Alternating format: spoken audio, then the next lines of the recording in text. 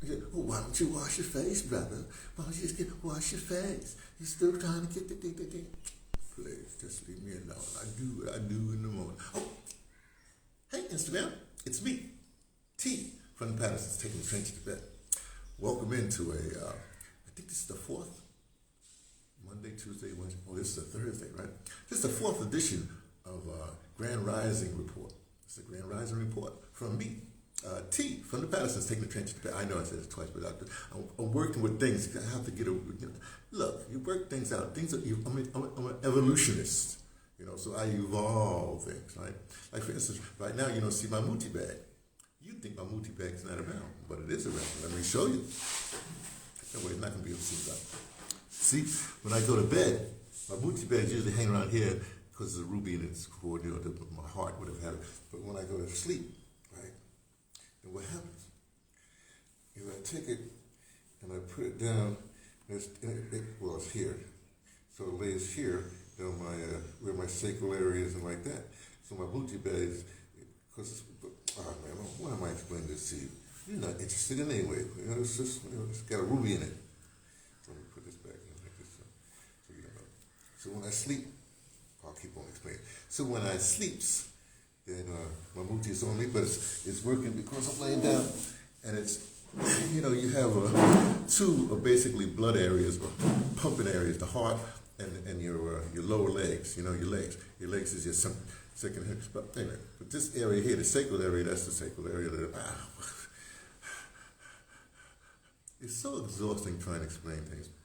Anyway, on these Grand Rising reports, I basically explain what I learned the last 24 hours or so. Right? And everybody's jumping up. This is funny. Remember we talked about the boycott? You never can avoid somebody doing something. Well, everybody's been jumping on Elon Musk this and Elon Musk that. I don't know if they're going to boycott. But I heard through the internet, the internet, you got to check. They said that Elon's got a new phone coming out. It's a under $400 phone, right? And it's this phone that you get any place in the world, you get the heat out of, and for $10 a month, you can pop that, whatever it is, right? So now when that comes out, of course, you gotta, whether you like Elon or not, whether you realize he's a whatever or not, however he got to where he got to, because people weren't watching, he slipped on through, and he's got his people around him, all that stuff, and now he's what do they say? He's a whatever bro to the president of the United States, who's also basically commander-in-chief of a very large military force. Just letting you know. So if that comes along, you don't say, "Oh, Elon, I'm not going to do it. I'm going to do it." You can't be like me when Facebook first came out.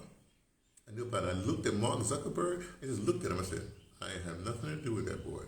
I don't care what he comes out with." And I've stuck to my guns so far. But see, as things evolve and other things come along, don't worry about that part either. Okay. So what you do in this situation, like for instance, I'm recording you on a 1+7. They're up to 1+10 now, but the best 1+ phone is a 1+7. I gotta get another one, and I got a 1+6 back in the States, and I use them both. You know what I mean when I'm in the States, right? But when I get the Elon Musk phone, I get one I get one for my wife and myself, because it's cheap enough, hopefully I can do it. Right? Then, or maybe we'll come later, the point is, I'll have two phones. So basically, my OnePlus is my whatever phone. The Elon Musk phone would be whatever that's going to do. So it's just my burner phone, I don't know, whatever it is. So that's what you do. Think about it, Okay, what else is happening? These Grand Rising things are supposed to be short, so I'm going to make it short. The other interesting thing that I learned today, when I'm realizing, is that I'm a radio man. I've been in radio for a very long time. Well, 1972 to be exact. Don't worry about that part. But and specifically community radio. This is important. I'll tell you some other time why it's so important.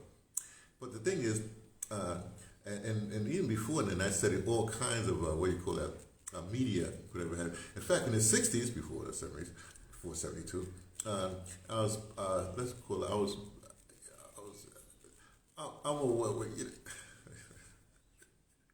a cultural revolutionary. You know what I mean? The whole black arts movement, black power, Hungawa black power. But what we used to do then, it's like back when I was growing up in New York City, basically in the 50s, well, late 50s, basically let's say the early 60s, I came of age. We have a lot of newspapers around. We had an afternoon newspaper, evening newspaper, morning newspaper. You had the World Telegram and Sun. I can't even remember all the stuff we had. And people, we used to read a lot of stuff like that. But also, when the 60s came along, we wouldn't just read one thing like you do now when you're in your echo chamber and you don't want to listen to nothing else, right? I mean, the example I always use, you read the New Republic, we also read Ramparts. You read and basically, obviously, you compare notes, but you're automatically comparing notes. This said that. This said that. Where's her? Then you make up your own mind. You sort of, put things together so you understand. You have a different understanding. Right? And then you got to watch your sources. Like, for instance, the best source. I used to have a subscription to I.F. Stone Weekly, and I.F. Stone covered Washington, D.C. The great I.F. Izzy. Don't worry about it. They give the Izzy Awards every year. What he used to do, how the reporters come out there, the pictures come out to a press conference, and all the reporters got the microphones, and they got and the guy says, and then you're writing down again. Then you get back to whatever the newsroom, whatever the broadcasting. They go, okay, here's how we're gonna. They said this, and Izzy didn't do none of that stuff. Somebody say something, he just say, okay, yeah. And he would go to the congressional record because whatever they're saying to you on the steps, it was real written. So you look at the congressional record. Oh, this is what it's really about. Do some research. These folks are so lazy. They're stenographers. Okay, let me not jump on them. Let me leave that jump because he's there. I'll beat them. Okay. So I'm just trying to say, real journalism is something else. I also used to. There used to be called COVID Action Information Bulletin. I didn't subscribe to that. I just picked it up all the time. What I liked about that, those are like ex-CIA, ex-whoever agents, not like the ex-ones we got now to get on the broadcast and say, and still shills or whatever, shills for whatever they're shilling for, right? No, these guys, they have an article, right? And then they give you all the sources, man. They give the sources are right there. Just like James Colbert does. All of, you don't know James, the Colbert Report? He's out of Japan. You can't find, anyway. They give you, look at the show notes and research the show notes yourself. That's what you're supposed to do. So that's what I'm saying. Don't sit there and be, so-and-so said this, and then you repeat, repeats, and then there's this new thing where a lot of, what do you call it, influence, whatever YouTubers, whatever you all are, right? What they do, they say something that's going to happen. Say Captain Ibrahim Traore gives a speech, right? Everybody will come and they'll put a new headline, clickbait. He said this is that, and then you go there like you get something new, and it's a speech that he said, right? But then everybody else is just rebroadcasting the speech and then doing their little commentary on the speech, like they have some insight. They're not doing no research. Okay, let me start jumping on people. It is what it is. They say. Okay, that's it. I'm gonna go. Another thing I did as a broadcaster, as a transmitter, whatever it is, I'm really good at matching music to stuff. You know what I mean? It's editing. That's what I'm really good at. Well, I had bought this watch, from the thing like that, and it was one of these watches that does you open it, old timey watch like that. Now check this out. Now it's an old timey watch. Right. So when I posted up, I took a picture, posted up on Instagram, right? And I took the picture, and then I opened the watch, and you can see it's going. It really works. Right now, it's basically 9 minutes after 8, Tamil Nadu time, right? In India, right? In the morning, that is. I don't know what time it is where you are. And so So that's what I did. I showed that and showed the thing, right? Then I went because on Instagram, what you could do is you can match music to the thing.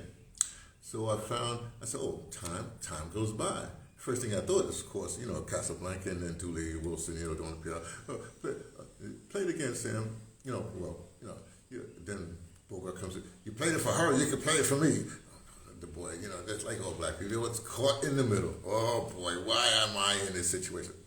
So naturally, most people would just pick the Dooley Wilson. Well, they also had a Billie Holiday Wilson, a Billie Holiday version. So I matched that. I'm in love with that. No, don't get me wrong. I said, oh, you just look. No, I'm in love with that. Forget that I did it. The matchup is, and what the message, which when you understand it, is about the back. It comes from back then.